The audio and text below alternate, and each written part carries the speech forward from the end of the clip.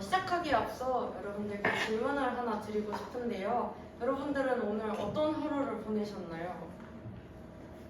알차요. 알찬 하루를 보내시고 또 열심히 하는 하루를 보내셨고 대부분 약간 행복한 하루를 보내신 것 같아요. 누군가에게는 화가 나는 일이 있었을 수도 있고 그저 그냥 무난한 하루였을 수도 있을 것 같아요.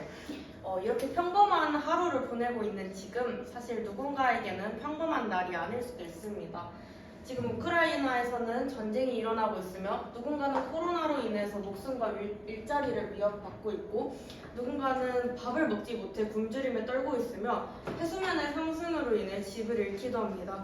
우리는 이것을 각각 보건위기, 식량위기, 기후위기 등으로 부르고 있습니다. 이러한 다중위기 상황 속에서 우리는 사람과 지구의 번영, 자유와 보편적인 평화를 위해 2016년 국가 지속가능 발전 목표를 함께 수립하였습니다. 지속가능 발전 목표 SDGs에서는 앞서 언급된 위기들을 해결하기 위한 목표들을 제시합니다. 우리는 이를 세분화하여 목표에 다가서기 위한 구체적인 방법들을 고안해내야 된다고 생각합니다. 저희가 정말 큰 목표를 이루기 위해서는 세부적인 작은 목표들이 먼저 이루어져야 하기 때문입니다. 따라서 저는 오늘 빈곤 문제를 중심으로 이야기하고자 합니다. 현재 사회에서는 수많은 빈곤이 존재합니다. 흔히 생각할 수 있는 집이 없는 주거 빈곤, 그리고 노년기에 삶을 지속할 수 있는 최소한의 돈이 없는 노인 빈곤, 적절한 교육을 받지 못하는 교육 빈곤 등 수많은 빈곤이 존재합니다. 이러한 빈곤은 여러분들이 빈곤하면 생각할 수 있는 쪽방촌, 한자촌, 공장지대 외에도 대학 수업, 대학생 해외 자원 봉사 등에도 드러나기도 합니다. 이러한 빈곤은 기후위기에도 큰 영향을 받곤 합니다. 이에 예시로는 기후위기로 인해 해수면이 상승하여 자신의 거주지를 잃는 것을 들 수가 있습니다. 이러한 기후위기로 인한 피해를 보는 것들은 여러분들도 알다시피 투발로나 피지를 예를 들 수 있고요. 하지만 우리나라 또한 이러한 위험에서 벗어나 있지는 않다는 것을 알아주셨으면 좋겠습니다. 기후위기로 인한 해수면 상승 그리고 삶의 터전을 잃는 것은 곧 주거 빈곤과 일자리 빈곤으로 이어지게 됩니다. 삶의 터전을 잃으며 평생 거주해온 주거 공간을 잃기도 하고 주거 공간이 바뀜에 따라 일자리를 잃기도 하여 일자리 빈곤이 생기기도 합니다.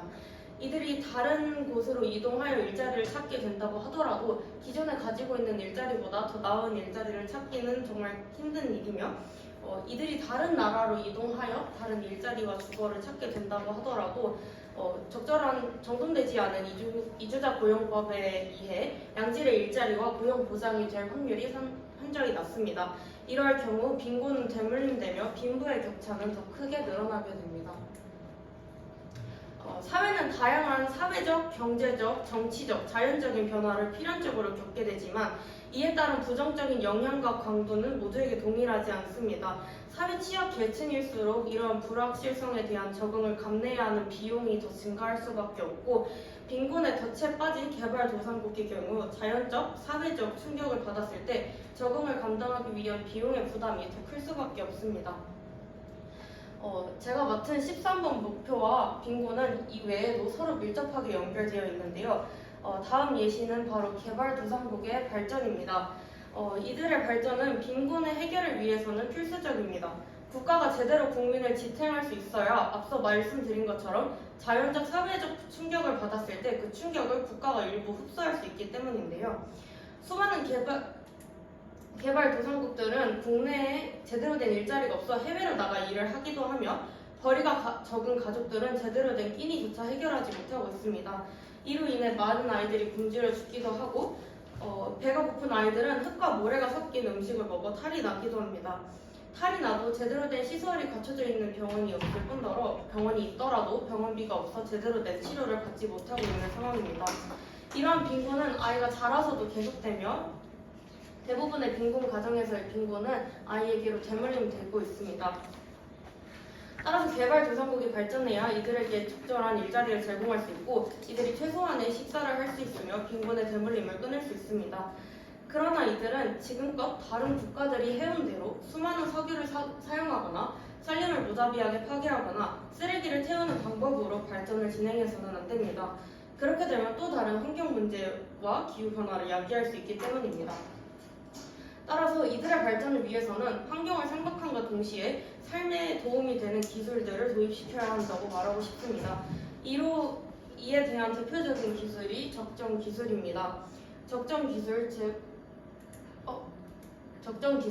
appropriate technology란 그 기술이 사용되는 사회의 공동체적인 정치적, 문화적, 환경적 조건을 고려하여 해당 지역에서 지속적인 생산과 소비가 가능하도록 만들어진 기술을 의미합니다.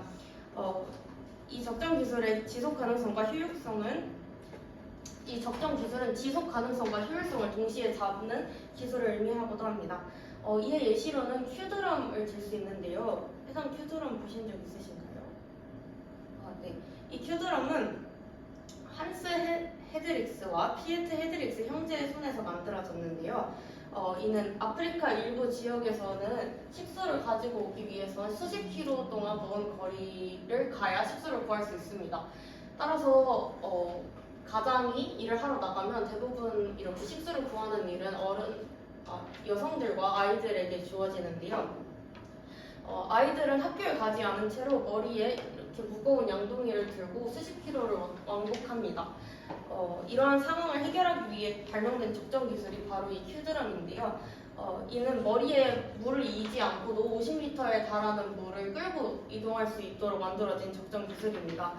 몸에 끈을 달아 끌고 다닐 수 있는 것이기에 양동이로 들고 다녔을 때보다 물을 흘릴 걱정이 적으며 아이들이 양동이를 이며 생기는 그런 디스크와 같은 문제들이 발생하지 않는 점을 들 수 있습니다. 이런 큐드럼을 통해서 한 번에 많은 양의 물을 운반할 수 있기 때문에 아이들은 다시 학교에 갈 수 있게 되고 아이들의 건강에도 많은 도움을 줄 수 있는 적정 기술이라고 볼 수 있습니다. 적정 기술 실패 사례에 대해서 말씀드리고 싶은데요. 이거 보신 적 있으신가요? 있는 아이들이 이렇게 이런 놀이기구를 돌리면서 물을 끌어오는 그런 적정 기술인데요.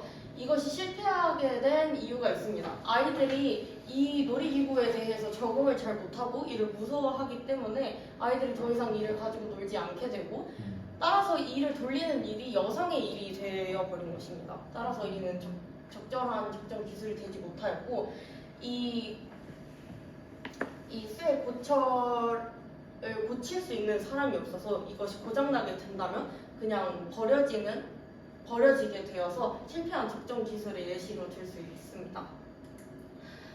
이렇게 현지의 문화와 상황을 모두 고려하여 만든 적정 기술의 또 다른 예시로는 인도의 화장실을 예시로 들 수 있습니다. 인도의 70%는 노상 방뇨를 한다고 합니다. 이들이 노상 방뇨를 하는 이유는 제대로 된 화장실 시설이 구비되어 있지 않기 때문인데요.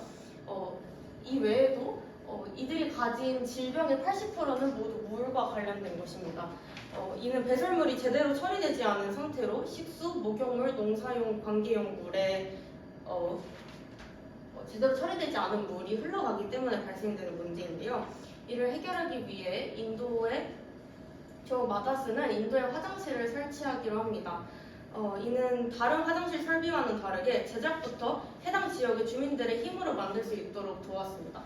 이렇게 보이는 사진이 여기 집이고 여기가 화장실이라고 볼 수 있습니다. 따라서 주민의 힘으로 최대한 구할 수 있는 고무, 모래, 골재 등의 재료들을 직접 모았습니다. 이 외에 시멘트나 화장실 변기 같은 것들만 국가의 지원을 받게 되었고요. 따라서 그들이 직접 화장실을 이렇게 만들 수 있도록 하였습니다. 만약에 적절한 땅과 기술이 없는 사람들은 석공과 배관공이 되어서 또 다른 일자리를 가질 수 있도록 하였습니다.